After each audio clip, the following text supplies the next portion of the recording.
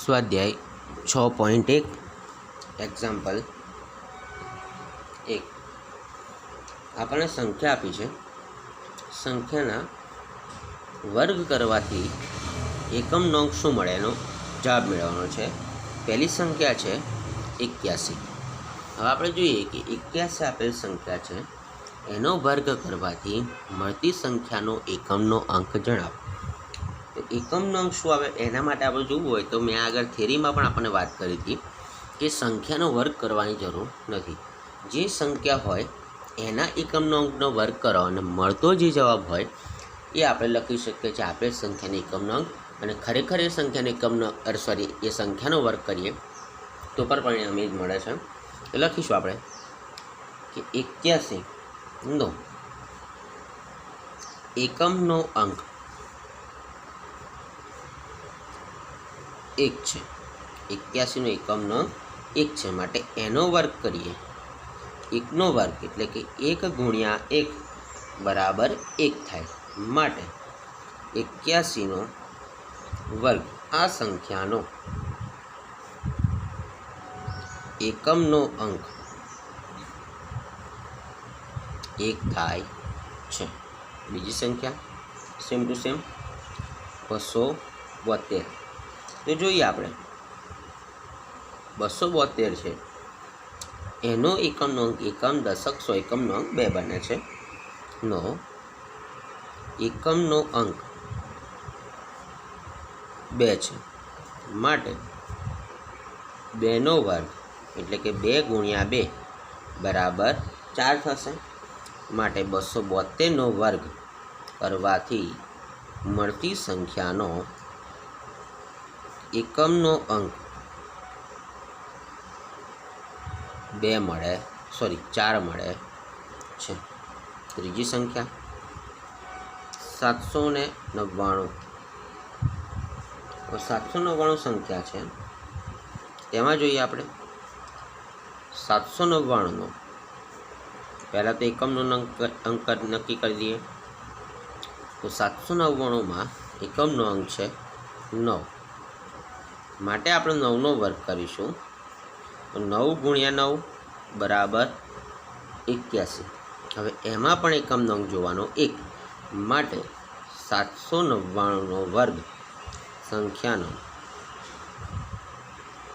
એકમનો અંક આપણે આ મળ્યાનો એકમનો અંક જોવાનો માટે 1 થાય છે. ચોથી સંખ્યા 3853. તેમાં એકમનો અંક છે 3. 3853 નો એકમનો અંક 3 છે, માટે આપણે 3 નો વર્ગ કરીશું. તો 3 નો વર્ગ બરાબર 3 ગુણ્યા 3 બરાબર થશે 9. માટે કહી શકાય 3853 નો વર્ગ કરવાથી મળતી સંખ્યાનો એકમનો અંક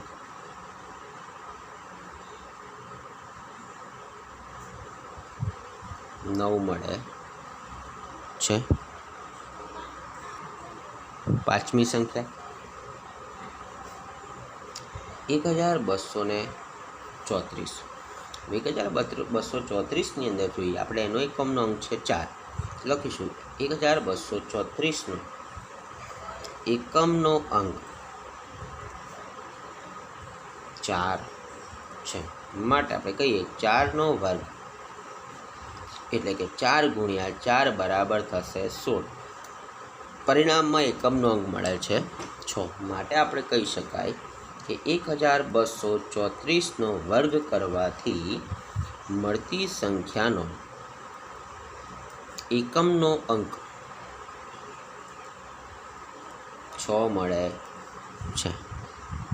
છઠ્ઠી સંખ્યા 26387. આપેલ સંખ્યામાં એકમનો અંક 7 છે, તો લખીશું 26387 નો એકમનો અંક 7 છે, માટે આપણે 7 નો વર્ગ કરીશું. તો 7 ગુણ્યા 7 બરાબર થશે 49.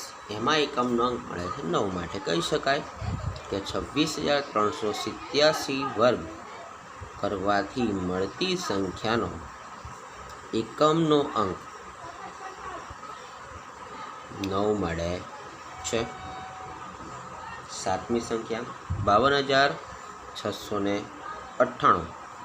તો એનો પહેલાં તો એકમનો અંક કરી લઈએ તો 8 છે. તો લખીશું 52,698નો એકમનો અંક 8 છે. માટે આપણે 8નો વર્ગ કરીશું. 8નો વર્ગ થશે 8 ગુણ્યા 8 બરાબર 64.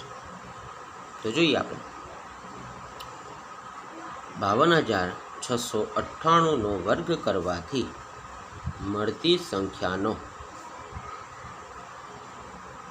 એકમનો અંક 4 મળે છે. 64માં એકમનો અંક છે 4. એના પછી 8મી સંખ્યા 99,880. તો જોઈએ આપણે કે પહેલાં તો એનો એકમનો અંક નક્કી કરીએ 0. 99,880નો એકમનો અંક 0 છે. માટે આપણે 0નો વર્ગ કરીએ. 0 ગુણ્યા 0 બરાબર 0 થશે. માટે કહી શકાય 99,880નો વર્ગ કરવાથી મળતી સંખ્યાનો એકમનો અંક 0 મળે છે.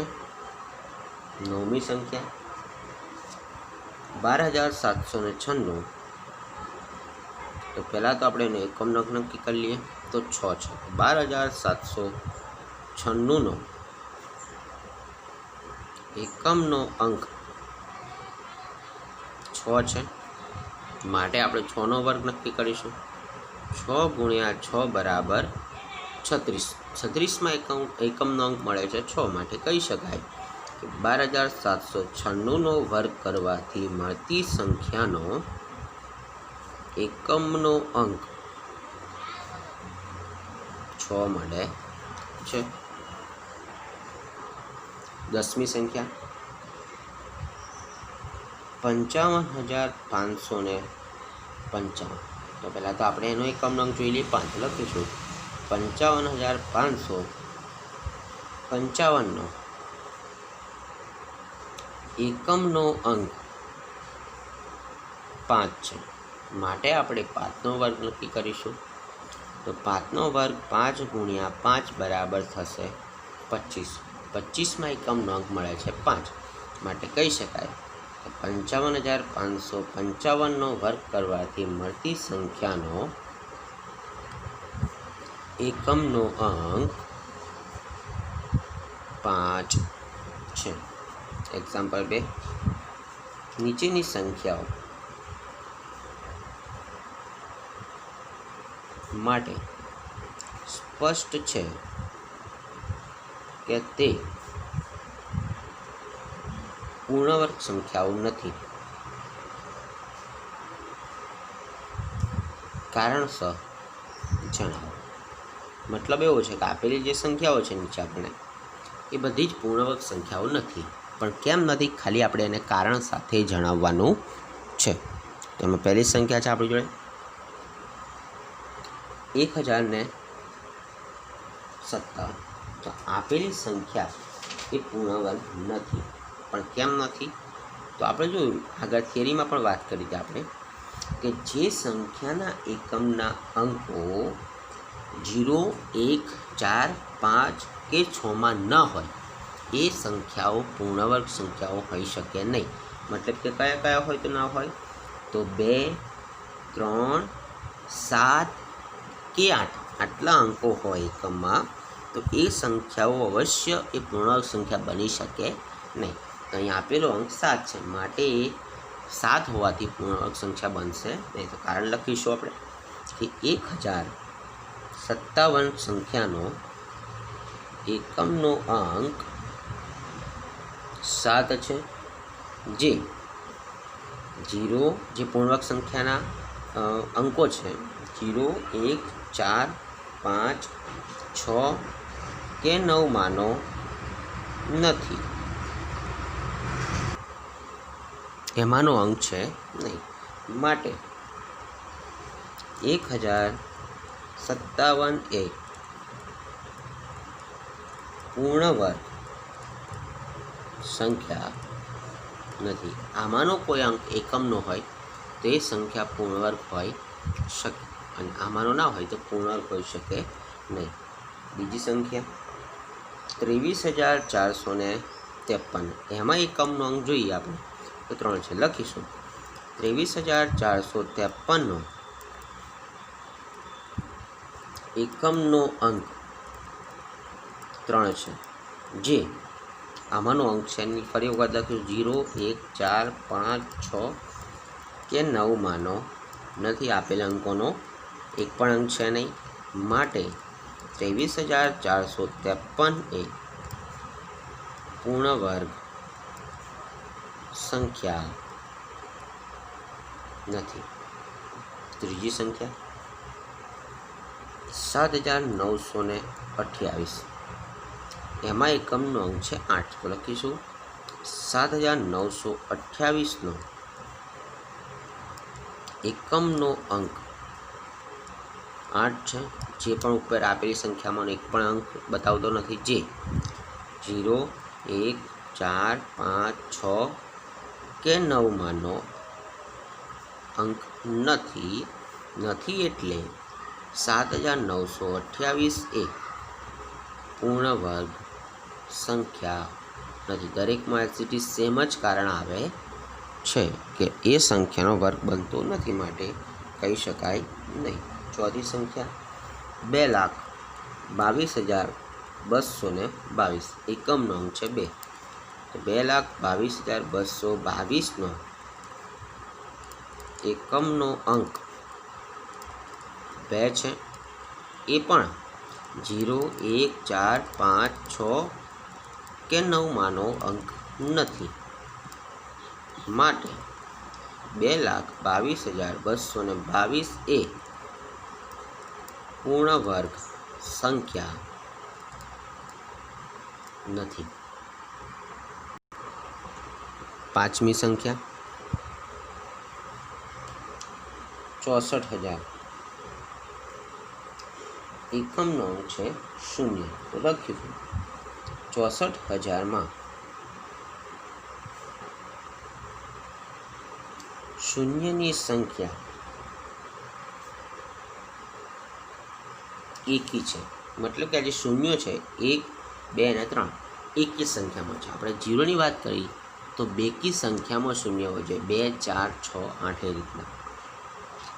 તો આપણે કહી શકીએ કે પૂર્ણ વર્ગ સંખ્યા હોય તો એમાં શૂન્યની જે સંખ્યા હોય, મેં આગળ થિયરીમાં પણ લખી હતી, એ સંખ્યા બેકી હોય, અને જે અહીં આપણે બેકી આપેલી નથી, માટે 6400 એટલે કે 6,400 એ પૂર્ણ વર્ગ સંખ્યા નથી. એના પર છઠ્ઠી સંખ્યા 89,722. એકમનો અંક 2. એ લખીશું આપણે 89,722નો એકમનો અંક 2 છે, જે 0, 1, 4, 5, 6 કે 9 એ સંખ્યામાંનો નથી, માટે 89,722 એ પૂર્ણ વર્ગ સંખ્યા નથી, એવું આપણે કહી શકીએ છીએ. સાતમી સંખ્યા 2,22,000. એમાં એકમનો અંક 0. એમાં શૂન્યોની સંખ્યા એકી સંખ્યામાં છે, માટે આ પણ હોઈ શકશે નહીં. લખીશું 2,22,000માં શૂન્યની સંખ્યા એકી છે. આપણે આગળ કહ્યું એમ કે પૂર્ણ વર્ગ જે સંખ્યા હોય એ સંખ્યામાં શૂન્યની જે સંખ્યા હોય એ બેકી સંખ્યામાં હોય, અહીં બેકીમાં નથી, માટે 2,22,000 એ પૂર્ણ વર્ગ સંખ્યા નથી. 8મી સંખ્યા 50, 50, 50 5,05,050. 5,05,050ની અંદર જોઈએ તો છેલ્લો આપણે જોવાનું, કારણ કે આગળ 0 થી 5 છે, તો છેલ્લો અંક છે એ 1 છે અને 0 છે, એટલે એકી સંખ્યામાં એક અંક ચાલે નહીં. તો લખીશું 5,50,000 5,05,050 શૂન્યની સંખ્યા એકી અંકમાં છે. માટે આપણને ખબર છે કે પૂર્ણ વર્ગ સંખ્યા હોય એની અંદર શૂન્યની જે સંખ્યા એ સંખ્યા બેકી સંખ્યામાં હોય. માટે 5,05,050 એ પૂર્ણ વર્ગ સંખ્યા નથી. એક્ઝામ્પલ 3. નીચે આપેલી સંખ્યાઓમાંથી